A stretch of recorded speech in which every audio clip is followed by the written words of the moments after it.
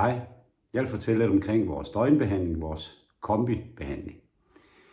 En traditionel døgnbehandling, hvor der er rigtig mange steder i Danmark, som udfører en god behandling, er typisk et sted, hvor man er væk 6-8 uger fra ens hverdag.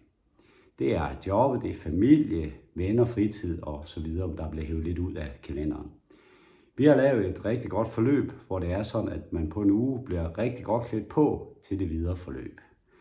Det er ikke sådan, at du efter en uge er 100% clean og ædru resten af dit liv. Det kan jeg ikke love dig. Men det er en god start, og det er kun en start på behandlingen. Vi er afsted en uges tid, du og jeg og 2-3 andre, hvor det er, at man er i et sommerhus i det jyske, et lækkert sommerhus med nogle rigtig gode omgivelser, hvor det er sådan, at man kan komme ned i tempo.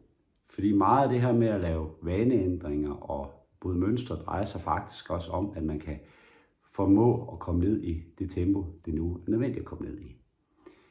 Efter den uge, så fortsætter behandlingen. Den fortsætter med et ambulant behandlingsforløb, hvor det er sådan, at man enten møder fysisk op i Sundby, eller at man fortsætter med online. Det vil sige, at det er hele landet, det her det kan dække.